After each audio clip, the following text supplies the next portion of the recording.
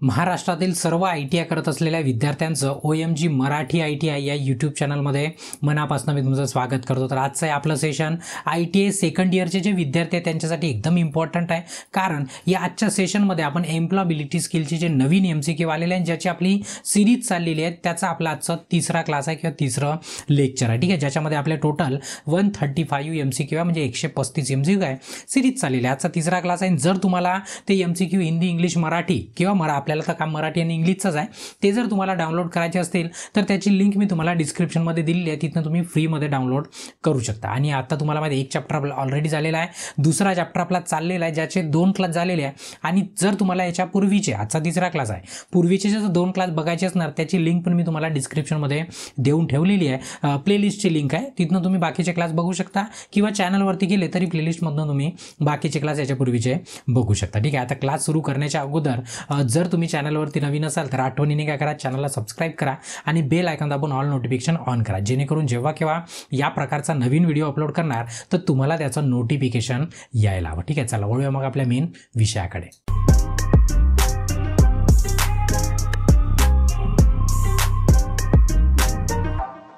तर आजचा आपला तिसरा क्लास आहे ITI सेकंड इयर सर्व ट्रेडच्या सर्व विद्यार्थ्यांकरता MCQची सिरीज चाललेली आहे एम्प्लॉयबिलिटी स्किलची. ठीक आहे, त्याच्यामध्ये आपण दुसरा चॅप्टर आता कव्हर करता, म्हणजे आजच्या या सेशनमध्ये, म्हणजे या तिसऱ्या क्लासमध्ये हा दुसरा चॅप्टर आपला संपून जाईल. ठीक आहे, चला आजचा प्रश्न ऑलरेडी 17 क्वेश्चन आपण याच्या पूर्वीच्या क्लासमध्ये कव्हर करून ठेवलेले आहे. पहिला प्रश्न आहे आजच्या दिवशीचा पहिला, म्हणजेच आपला दुसऱ्या चॅप्टरचा 18वा प्रश्न आहे. पहिला प्रश्न म्हणता आजचा की स्नेहाची कामासाठी वेगळ्या शहरात जाण्याची योजना आहे. स्नेहाची इच्छा काय चाललेली आहे की तिला वेगळ्या शहरामध्ये जायचं आहे, कशासाठी, जॉब करण्याकरता.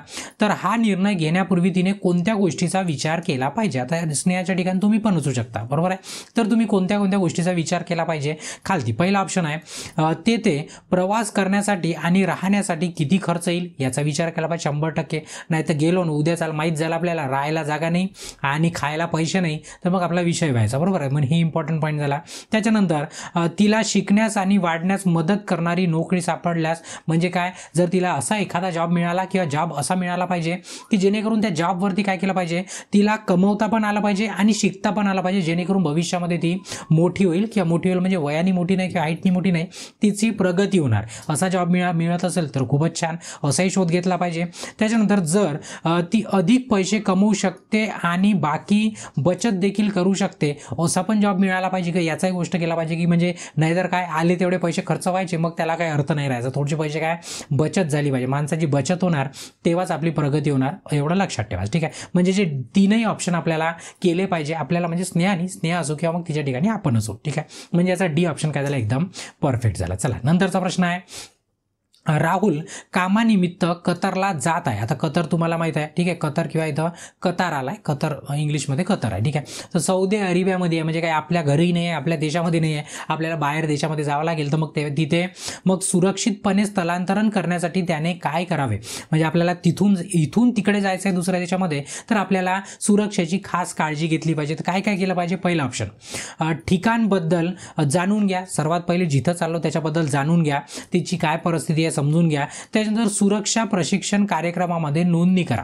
आता मग तिथे जायच्या पहिले एखादा प्रोग्राम असतो, कोणता वर्कशॉप असतो, तिथे काय करा, ॲडमिशन घ्या किंवा तिथे सामील व्हा, समजून घ्या, म्हणजे शिकायला जा सरळ की कशा पद्धतीने बाहेर जायचं, कुठे जायचं, कसं राहायचं, कसं बोलायचं, या सर्व गोष्टी तिथे शिकवल्या जातात. ठीक आहे, म्हणजे आपण सुरक्षित कसं राहायला पाहिजे त्याच्यामध्ये नोंदणी करा. बरोबर आहे. जाण्यापूर्वी त्याची नोकरी निश्चित करा. महत्त्वाची गोष्ट की तुम्हाला जायचं आहे, जॉबसाठी जायचं आहे, तर तुम्हाला पहिले इथूनच तो जॉब कन्फर्म असला पाहिजे. नाही ते तिथे जायला तुम्हाला माहीत झालं 2 महिने झाले, 4 महिने झाले, जॉबच नाही मिळाला आहे, ते पैसे पण संपून गेले, वापस यायचा विषय होऊन जायचा, बरोबर आहे.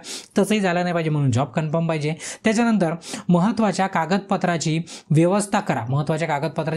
मग पासपोर्ट असो तुमचे किंवा कोणते कागदपत्र, आणि आपत्कालीन परिस्थितीत बँक खाते आपल्याजवळ असले पाहिजे. सर्वात महत्त्वाची गोष्ट ते आहे, कारण की सर्व काही अडतं पैशाने, म्हणजे सर्वच गोष्टी त्यांनी केल्या पाहिजे किंवा समजून घेतल्या पाहिजे. कशाच्या पहिले, बाहेर देशात जाण्याच्या पहिले. मग आता तो राहुल असो किंवा तुम्ही असो. ठीक आहे, म्हणजे याचा डी उत्तर काय एकदम परफेक्ट आहे. नंतरचा प्रश्न आहे, कल्पना तिच्या नवीन नोकरीसाठी हुबळीहून बंगलोरला स्थलांतरित होत आहे. म्हणजे काय कल्पना काय होत आहे, हुबळीवरून, हुबळी गावाचं नाव आहे, तिथनं बंगलोरला ती स्थलांतरित होत आहे. तर तिला नोकरीचे ऑफर लेटर मिळालं, म्हणजे नक्की तिची नोकरी तिकडे लागलेली आहे. तर सुरक्षितपणे स्थलांतरण करण्यासाठी तिने काय करावे, बरोबर आहे, सुरक्षितपणे ती पोहोचली पाहिजे, त्यासाठी तिनं काय करावं. पहिला ऑप्शन की बंगलोरमध्ये राहण्याबाबत संशोधन करणे, म्हणजे तिने राहण्याबद्दल पहिले समजून घेणं, पहिला पॉईंट सर्वात महत्त्वाचा. त्याच्यानंतर तिचे अचूक स्थान नेहमी सोशल मीडियावर शेअर करा. कशाला, असं कधीच करायचं नाही, तिने नाही, तुम्ही पण नाही. म्हणजे आपण नेमकं कुठे ते आपलं इतर सर्व लोकांची सोशल शेअर करायची काही गरज नाही आहे, ठीक आहे, ते आपल्यासाठी हानिकारक होऊ शकतं. त्याच्यानंतर तिच्या नवीन शेजाऱ्यांसाठी भेटवस्तू खरेदी करा. तिला माहीतच नाही ना नवीन शेजारी कोण आहेत, भेटवस्तू कसे घेणार, काका आहे, काकू आहे, कोण आहे, दादा आहे, दिदी आहे, काहीच माहीत नाही आपल्याला, बरोबर आहे, हाही ऑप्शन नाही आहे. त्याच्यानंतर दलालांच्या प्रत्येक गोष्टीवर विश्वास ठेवा. दलाल म्हणजे कोण, ब्रोकर म्हणजे कोणी जॉब लावून देणारे असतात, कन्सल्टन्सीवाले असतात, तुम्हाला माहिती आहे ना, त्यांच्या प्रत्येक गोष्टीवर विश्वास ठेवायचा नाही, ठीक आहे. मग ठेवला पाहिजे मध्ये, तर तेही चुकीच झालं. म्हणजे पहिला ऑप्शन बिलकुल बरोबर आहे. जिथे ती चालली त्याच्याबद्दल तिने पूर्णपणे जाणून घेतलं पाहिजे, तिच्या राहण्याबद्दल किंवा तिची राहणसहन कशी आहे त्याच्याबद्दल पूर्ण, बरोबर आहे. म्हणजे याचं हे उत्तर काय एकदम परफेक्ट आहे. नंतरचा प्रश्न आहे, स्किल इंडिया डिजिटल प्लॅटफॉर्मचा मुख्य उद्देश काय. आता तुम्हाला माहिती आहे, जसं आपलं भारत स्किलची वेबसाईट आहे, ठीक आहे, प्रत्येक वेबसाईट वेगळ्या गव्हर्नमेंटच्या, तशी स्किल इंडिया डिजिटल हा पण एक प्लॅटफॉर्म आहे. याच्यावरती तुम्हाला काय होतं की तुम्हाला ऑनलाईन शिकायला मिळतं, तुम्हाला तिथे जॉब पण मिळतं, ठीक आहे, जॉब पण तुम्ही शोधू शकता, आपलं डिजिटल CV पण बनवू शकता, CV म्हणजे आपलं रिझ्यूम बनवू शकता. तिथे बरेचसे कोर्सेस आहे, फ्रीमध्ये अवेलेबल आहे. हे गव्हर्नमेंटची वेबसाईट आहे. कोणती वेबसाईट आहे, गव्हर्नमेंटची. आता इथे थोडेसे कमी कोर्सेस आहे, पण भविष्यामध्ये इथे खूप सारे कोर्सेस तुम्हाला फ्रीमध्ये मिळणार आहे. कशावरती, स्किल इंडिया डिजिटल या पोर्टलवरती. मग याचं काम काय, तुम्हाला प्रशिक्षण देणं, ते ऑनलाईन पद्धतीने. कोणत्या पद्धतीने, ऑनलाईन पद्धतीने. तर आता बघू आपण ऑप्शनमध्ये काय काम आहे म्हटलं आहे त्या प्लॅटफॉर्मचं. काय म्हणताय, ऑफलाईन प्रशिक्षण कार्यक्रम ऑफर करण्यासाठी. ऑफलाईनचा विषय नाही, मी तर म्हटलं वेबसाईट ऑनलाईनच्याच आपल्या कामाची आहे, ठीक आहे, कार्यक्रमचा ऑफर करण्यासाठी नाहीच आहे, ऑफलाईनसाठी नाही आहे. त्याच्यानंतर नोकरी शोधणाऱ्यांना आर्थिक सहाय्यता देते, म्हणजे काय नोकरी शोधणाऱ्यांना पैसे देते म्हणताय, असं या वेबसाईटचं काम नाही आहे. त्याच्यानंतर ऑनलाईन शिक्षण आणि कौशल्य विकास सुलभ करण्यासाठी. बिलकुल ही गोष्ट बरोबर आहे की तुम्हाला ऑनलाईन पद्धतीने कोणते कोर्सेस जॉईन करू शकता, शिकू शकता, तुम्ही कौशल्य कोणतं घेऊ शकता, त्यासाठी वेबसाईट तयार केली गेलेली आहे गव्हर्नमेंटकडनं, ठीक आहे. तर इथे सी ऑप्शन काय आहे, बिलकुल बरोबर आहे. याच्यावरती बरेचसे कोर्सेस असतात जे फ्रीमध्ये आहे, तुम्ही जाऊन त्याच्यामध्ये ॲडमिशन घेऊ शकता, एनरोल करू शकता. त्याच्यानंतर आहे, वापरकर्ते स्किल इंडिया डिजिटल प्लॅटफॉर्मवर कसे प्रवेश करू शकतात. जर तुम्हाला स्किल इंडिया डिजिटल प्लॅटफॉर्मवर जायचं असणार, सोपं आहे, गुगलमध्ये टाका स्किल इंडिया डिजिटल प्लॅटफॉर्म किंवा डिजिटल स्किल इंडिया डिजिटल टाकलं की तुम्हाला त्याची वेबसाईट येईल, पोहोचली तुम्ही. पण त्यासाठी तुम्हाला काय लागणार, एकतर कम्प्युटर लागणार, लॅपटॉप लागणार किंवा तुमचा मोबाईल लागणार, बरोबर आहे. तिथं बघा, फक्त ऑफलाईन प्रशिक्षण केंद्राद्वारे जाता येईल, बिलकुल असं काही गरजेचं नाही आहे. केवळ विशिष्ट प्रकारच्या उपकरणांवर दिसणार किंवा जाता येईल असंही काही जरुरी नाही आहे, बरोबर आहे. एका विशेष शिक्षण ॲपद्वारे जाता येते असंही काही गरजेचं नाही. तुमच्याकडे फक्त संगणक, टॅबलेट आणि फोन असला पाहिजे, तुम्ही सहज त्याच्यापर्यंत पोहोचू शकता त्या वेबसाईटपर्यंत, बरोबर. म्हणजे त्याचं डी उत्तर काय झालं, एकदम परफेक्ट झालं. नंतरचा प्रश्न, स्किल इंडिया डिजिटल प्लॅटफॉर्मचा कोणता विभाग वापरकर्त्यांना जवळील शारीरिक म्हणजेच काय, फिजिकल स्टेशन असतात जिथं काम करण्याकरता प्रशिक्षण केंद्र असतात, शोधण्यास मदत करते. म्हणजे तुम्हाला समजा ज्या गावामध्ये तुम्ही राहता, तुम्हाला तिथे शोधायचं असणार की तुम्हाला ऑनलाईन नाही शिकायचं, ऑफलाईनमध्ये शिकायचं आहे, तेही फ्रीमध्ये शिक्षण मिळते. ते जर तुम्हाला शोधायचं असेल तुमच्या जवळपास कोणते आहे, तर काय करायचं, इथे वेबसाईट ओपन केली की इथं स्किल सेंटर नावाचा एक ऑप्शन आहे. या स्किल सेंटरच्या नावावरती क्लिक केलं की मग तिथं ऑप्शन येतात. पेज बदललं की आपला राज्य सिलेक्ट करायचं, त्याच्यानंतर आपला जिल्हा सिलेक्ट करायचा, त्याच्यानंतर आपलं गाव सिलेक्ट करायचं, आणि मग तुम्हाला दाखवते की तुमच्या जवळपास कुठे कुठे प्रशिक्षण केंद्र आहे फ्री शिक्षण देण्याकरता किंवा प्रशिक्षण देण्याकरता. तिथे जाऊन तुम्ही काय करू शकता, त्याचा लाभ घेऊ शकता, बरोबर आहे. तर मग त्या कोणती टॅब आहे, मग स्किल सेंटर नावाची टॅब आहे. कोणती टॅब आहे, स्किल सेंटर. आता भरपूर टॅब आहे इथं, पण तुम्हाला काम कोणतं आहे, स्किल सेंटर या टॅबचं, जिथून तुम्ही कुठे प्रशिक्षण केंद्र आपल्या जवळपास त्याचा शोध घेऊ शकता. म्हणून याचं सी उत्तर काय झालं, एकदम परफेक्ट झालं. नंतरचा प्रश्न आहे, मोहम्मदला नोकरीची गरज आहे. मोहम्मदला आता काय करायचं आहे, नोकरी पाहिजे त्याला, ठीक आहे, गरज आहे. तर स्किल इंडिया डिजिटल प्लॅटफॉर्मवर त्याला कोणत्या प्रकारची संसाधने मिळू शकतात. आता नेमकं स्किल इंडिया डिजिटल प्लॅटफॉर्मवर गेला, त्याला नोकरी पाहिजे, तर नेमकं काय मिळू शकते आणि कसं मिळू शकते ते, तर त्याच्या नोकरीसाठी. बघा, पहिला ऑप्शन आहे, फक्त नोकरीची सूची मिळणार. बिलकुल असं काही नाही आहे. तिथं काय मिळतो, तुम्हाला अभ्यासक्रम, स्किल कोर्सेस मिळतात, प्रशिक्षण केंद्र कोणते आहे तेही तुम्हाला माहीत होते, नोकरीची संधी पण मिळते, आणि बरंचसं काही याच्यामध्ये याच्यामध्ये मिळतं, कारण की जो टॅब आहे तुमचा, टॅबमध्ये जर बघितलं तर इथं स्किल इंडिया मिशन आहे, स्किलचे कोर्सेस आहे, जॉब एक्सचेंज आहे, बरोबर आहे, स्किल सेंटर आहे, या सर्व गोष्टी इथनं तुम्ही मिळवू शकता. म्हणजे बरंच काही तुम्हाला इथं मिळू शकतं. म्हणजे याचं बी उत्तर काय झालं, एकदम परफेक्ट झालं. ठीक आहे, चला नंतरचा प्रश्न आहे, कल्पना करा की तुम्हाला डिजिटल मार्केटिंग बद्दल जाणून घ्यायचं आहे, तर रिकामी जागा नाही, sorry, full stop, skill India digital प्लॅटफॉर्मवरून तुम्ही प्रथम काय करावे. आता तुम्हाला काय करायचं आहे की तुम्हाला सर्वात पहिले डिजिटल मार्केटिंगबद्दल समजून घ्यावं लागेल, त्याला जाणून घ्यावं लागेल, त्याच्यासाठी तुम्हाला एखादा कोर्स लावा लागेल. तर मग तुम्ही काय कराल, स्किल इंडिया डिजिटल प्लॅटफॉर्मवर जाल आणि इथे काय कराल, तुम्ही आपले कोर्सेस शोधाल, कशाच्या रिलेटेड. आता तुम्हाला डिजिटल मार्केटिंगबद्दल शिकायचं, तुम्ही त्याचे कोर्सेस शोधा, बरोबर आहे. म्हणजे त्याला एक्सप्लोअर करा, काय करा, एक्सप्लोअर करा, त्याला ओपन करा, त्याच्यामध्ये शोधण्याचा प्रयत्न करा, त्याला एक्सप्लोअर करणं म्हणतं. ठीक आहे, तर ऑप्शनमध्ये बघा, नोकरीची संधी शोधा, डायरेक्ट नोकरी आहे, तुम्हाला पहिले शिकावं लागेल त्याच्याबद्दल, तेव्हाच ते नोकरीचा विषय येतो, बरोबर आहे.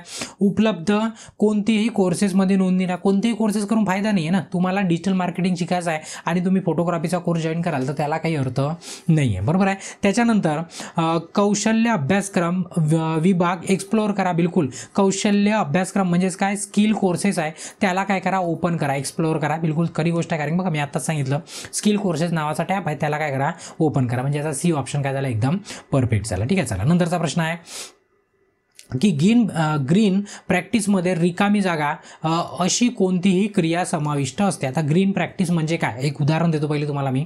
ग्रीन प्रॅक्टिस म्हणजे काय, समजा तुम्ही बाजारामध्ये गेले भाजीपाला घ्यायला, ठीक आहे, मग जाताना तुम्ही सोबत काय केलं, आपल्या कपड्याची पिशवी असते, कपड्याची काय असते पिशवी, त्याला कॅरी बॅग पण म्हणू शकतो आपण, ठीक आहे, किंवा बॅग पण म्हणू शकतो.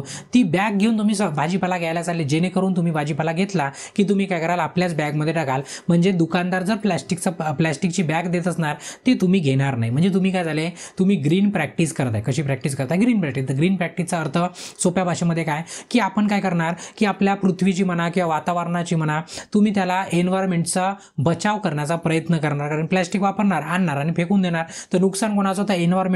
बघायला एन्व्हायरमेंटचं झालं, पण पूर्णच्या पूर्ण नुकसान काय ते आपलं आहे, भविष्यामध्ये ते आपल्याच अंगावर येणार आहे, बरोबर आहे. तर असं वागणं छान पद्धतीने त्याला आपण ग्रीन प्रॅक्टिस म्हणतो. ठीक आहे, तर मग आता खाली बघा, पर्यावरणाला हानी पोहोचवणं म्हणजे ग्रीन प्रॅक्टिस आहे का, बिलकुल नाही, बरोबर आहे. पर्यावरण आणि संसाधनाचे संरक्षण आणि काळजी घेणे याला आपण काय म्हणू शकतो, ग्रीन प्रॅक्टिस म्हणू शकतो किंवा ग्रीन प्रॅक्टिस म्हणतो. म्हणून याचं बी उत्तर काय एकदम परफेक्ट आहे. ठीक आहे, चला नंतरचा प्रश्न आहे की कोणती संज्ञा हानी न करता दीर्घकाळ टिकेल अशा प्रकारे गोष्टी वापरण्याचे वर्णन करते. ठीक आहे, तर मग आता काय होते, कोणती संज्ञा किंवा हानी न करता दीर्घकाळपर्यंत टिकू शकते एखादी गोष्ट, किंवा त्याला रिलेटेड शब्द कोणता आहे असं तुम्हाला विचारलं आहे, त्याला सस्टेनेबिलिटी म्हटलं जाते किंवा टिकाव म्हटलं जाते, बरोबर आहे. तर याचं हे उत्तर काय, बरोबर आहे. म्हणजे कसं, आपल्या एन्व्हायरमेंटला हानी न पोहोचवता दीर्घकाळपर्यंत वापरली जाणारी एखादी वस्तू त्याला सस्टेनेबल म्हटलं जातं. जसं सोलर एनर्जी आहे, बरोबर आहे.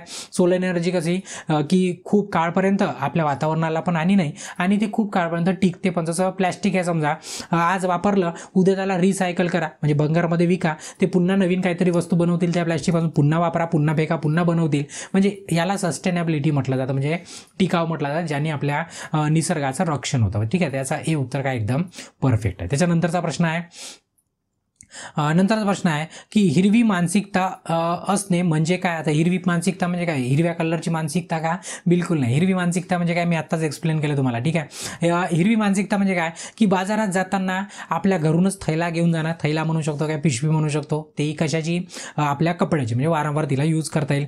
बाहेर जर चाललं तर काय करायचं की बाहेरची पाण्याची बॉटल वारंवार घेण्यापेक्षा एक बॉटल घेणे, त्याला रिफिल करणे, त्याला काय करणं, रिफिल करणे, म्हणजे जेणेकरून बॉटलचा कचरा वाढणार नाही. तीच बॉटलमध्ये पाणी भरत जायचं आणि पीत जायचं. तेही काय झालं, तुमचं ग्रीन मेंटॅलिटी झाली. काय झाली, ग्रीन मेंटॅलिटी झाली. आता तुम्ही कचरा फेकत आहेत, बरोबर, कचरा पेपरचा कचरा वेगळा, प्लॅस्टिक वेगळा, बायोचा कचरा वेगळा, मेटलचा असला तो वेगळ्या पिवळ्या कलरच्या याच्यामध्ये, असं वेगळ्या वेगळ्या याच्यामध्ये तुम्ही कचरा टाकणं, हे काय झालं, आपलं ग्रीन वागण्याची पद्धत किंवा ग्रीन मानसिकता झाली. काय झाली, ग्रीन मानसिकता. आपण ऑप्शनमध्ये बघू. आता बघा, पर्यावरणाला हानी पोहोचवणाऱ्या निवड करणे, हे तर बिलकुलच नाही.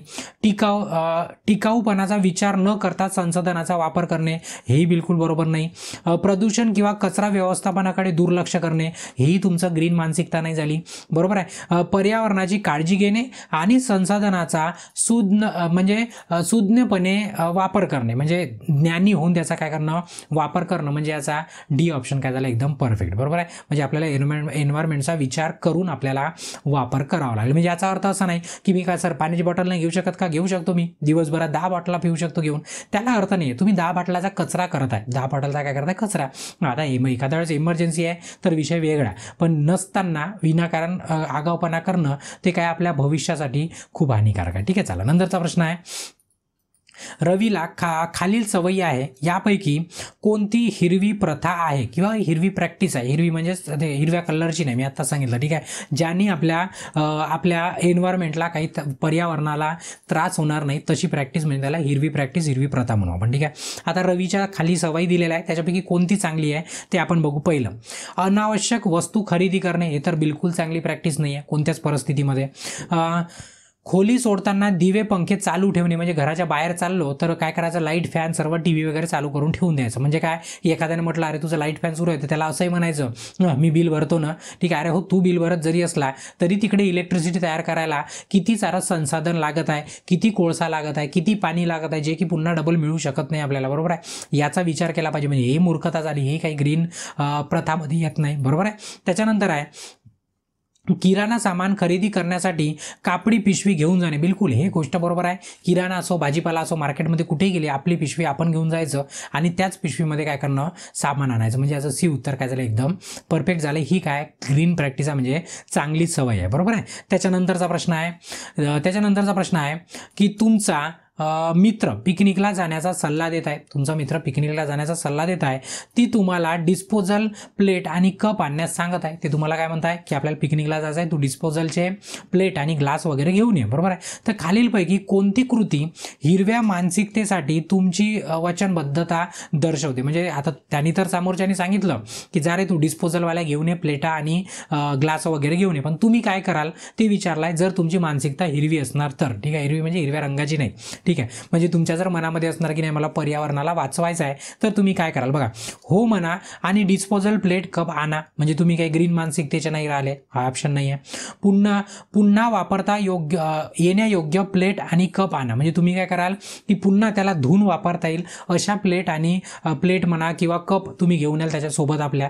म्हणजे काय की तो कचरा आपला वाढणार नाही, म्हणजे पुन्हा काय होणार, त्याला आपण डबल वापरता येतो. म्हणजे या असं जर तुम्ही केलं तर समजायचं तुमची मानसिकता कशी आहे, हिरव्या रंगाची आहे. कशी आहे, हिरव्या रंगाची. ठीक आहे. तर याचं बी ऑप्शन काय झालं, एकदम परफेक्ट झालं. त्याच्यानंतर आहे ग्रीन जॉब म्हणजे काय, सेम जसं ग्रीन मेंटॅलिटी होती, ग्रीन आपली काय होती, सवयी होत्या ग्रीन, तशासारखं एक ग्रीन जॉब पण असतं. ग्रीन जॉब म्हणजे काय, अशा नोकऱ्या जे निसर्गाला वाचवण्यास मदत करते, एन्व्हायरमेंटला वाचवण्यास मदत करते. उदाहरणार्थ की तुम्ही जर एन्व्हायरमेंटल टेक्निशियन असणार, म्हणजे तुम्ही जमिनीची धूप कुठे होत आहे, जमिनीमध्ये काय केमिकलमध्ये चेंजेस होत आहे या नोकरीवर असाल, हे चेक करणारे. किंवा पाण्याचं तुम्ही प्रदूषण कुठे आहे, पाण्याची स्थिती काय, हे सर्व चेक करणारे जर टेक्निशियन असाल. किंवा मग हवेची स्थिती तुम्ही जाणून घेताय, समजून घेताय, त्याच्याचही तुमचा रिलेटेड जॉब असणार. तर हे सर्व जॉबवाले काय करतात की पर्यावरणाला वाचवण्याचा प्रयत्न करतात. मग हा काय झाला, ग्रीन जॉब झाला. जर तुम्ही सोलर टेक्निशियन आहे किंवा सोलर इन्स्टॉलर आहे, म्हणजे तुम्ही पण काय करताय, पृथ्वीला वाचवण्याचा प्रयत्न करताय, आपल्या निसर्गाला वाचवण्याचा प्रयत्न करताय किंवा आपल्या एन्व्हायरमेंटला वाचवण्याचा प्रयत्न करताय, तरी तुम्ही ग्रीन जॉब झाला तो. किंवा रिसायकल वर्क करणे, म्हणजे प्लॅस्टिकच्या बॉटल आणि किंवा प्लॅस्टिकचं सामान आणून त्याला पुन्हा प्लॅस्टिकच्या नवीन वस्तू बनवणं, काचेच्या नवीन वस्तू बनवणं. बरोबर आहे. किंवा त्या जॉबमध्ये इन्क्लूड झालेले, जसे तुम्हाला भंगार उचलताना वेचताना लोक दिसतात, प्लॅस्टिक वगैरे जमा करतात बघा, प्लॅस्टिकच्या लोखंडाच्या वस्तू, तेही काय झालं, त्यांचा ग्रीन जॉब आहे. म्हणजे तुम्ही जर विचार केला तर एकदम बेस्ट जॉब आहे असं म्हणू शकतो. फक्त आपण बघताना त्यांच्याकडे वेगळ्या यांनी बघतो, पण तो आपल्या पर्यावरणाला वाचवण्यास एकदम महत्त्वाचे आहे त्यांचे जॉब. म्हणजे कचरा इकडे तिकडे जमा असला की ते उचलतात आणि नेऊन काय करतात, रिसायकल करणाऱ्याकडे नेऊन देतात, भंगारवाल्याकडे. म्हणजे भंगारवाला काय करतो, मग पुन्हा त्याला रिसायकलिंगसाठी पाठवतो. यानी काय होते, आपल्या पृथ्वीचं वाचते, म्हणजे कचरा पण होत नाही आणि त्याचा पुन्हा डबल वापर करता येते. मग त्याला आपण काय म्हणतो, ग्रीन जॉब म्हणतो. मग आता खालचा ऑप्शन वाचू, हिरव्या रंगात सामायिक केलेली नोकरी. मग पहिलेच सांगितलं हिरव्या रंगाचा इथे काही संबंध नाही आहे. ठीक आहे. पर्यावरणाला हानी पोचवणाऱ्या नोकऱ्या, बिलकुल नाही. ठीक आहे. कचरा वेगळा करणे आणि पुनर्वापराकडे दुर्लक्ष करणाऱ्या नोकऱ्या नाही पाहिजे, ठीक आहे. संसाधनाचे रक्षण करणाऱ्या आणि पर्यावरणाला मदत करणाऱ्या नोकऱ्या ज्या असतात त्याला ग्रीन जॉब म्हटलं जातं किंवा ग्रीन नोकरी असं म्हटलं जातं. म्हणजे याचा डी उत्तर काय झालं, एकदम परफेक्ट झालं, ठीक आहे. चला नंतरचा प्रश्न आहे, खालीलपैकी कोणती हिरवी प्रथा आहे? हिरवी प्रथा म्हणजे आत्ताच सांगितलं, हिरवी प्रथा नाही आहे असं म्हटलं आहे, नाही आहे. हिरवी प्रथा कोणती नाही?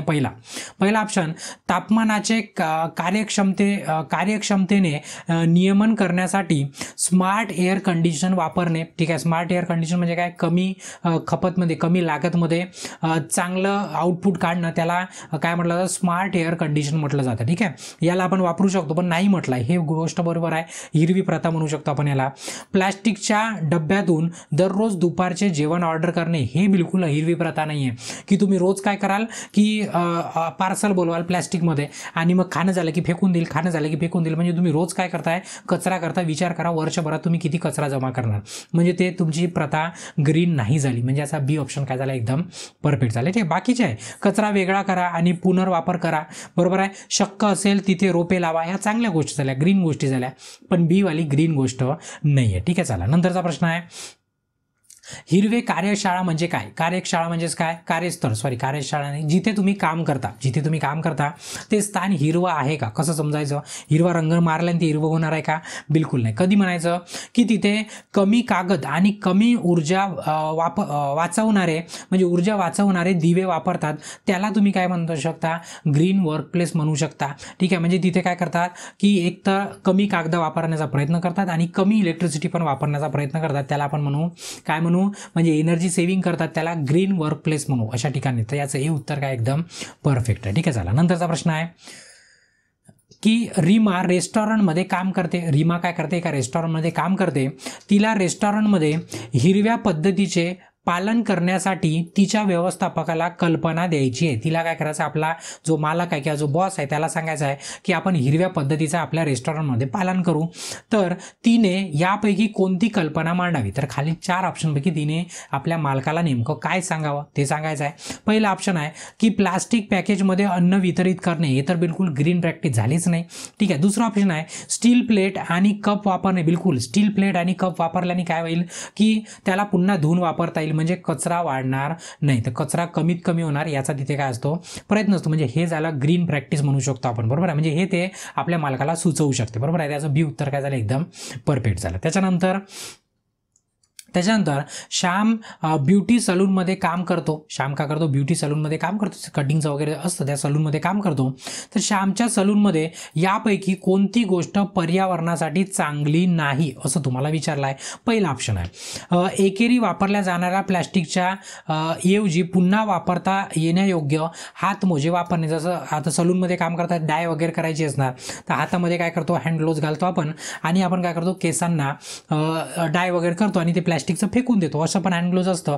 आणि दुसरं असतं की त्याला धुवून पुन्हा डबल वापरता येते. तर त्यांनी तेच म्हटलं आहे पहिल्या ऑप्शनमध्ये की असे दस्ताने वापरणार किंवा हँड ग्लोव्ज वापरणार की त्याला पुन्हा वापरता आला पाहिजे. म्हणजे काय झालं, ते ग्रीन प्रॅक्टिस झाली. पण इथं कोणतं नाही आहे असं तुम्हाला विचारलं होतं, ठीक आहे. त्याच्यासाठी मजल्यासाठी सुरक्षित आणि बायोडिग्रेडेबल सफाईची सामग्री वापरणे, म्हणजे तुम्हाला साफसफाई करण्याकरता तुम्ही सुरक्षित असं केमिकल वापरणार, ही तुमची ग्रीन प्रॅक्टिस झाली. त्याच्यानंतर चहा आणि पाण्यासाठी कागदी कप वापरणे, हे ग्रीन प्रॅक्टिस नाही झाली. कारण की तुम्ही काय की कप चहासाठी कागदाचा जर वापरणार तर काय होणार की तुम्ही वापरणार आणि फेकून देणार, ठीक आहे. ते डिस्पोज जरी होऊन जाईल जमिनीमध्ये तरी तो कागदाचा कप बनवायसाठी कागद लागणार, कागद बनवायला झाडं तोडावं लागणार.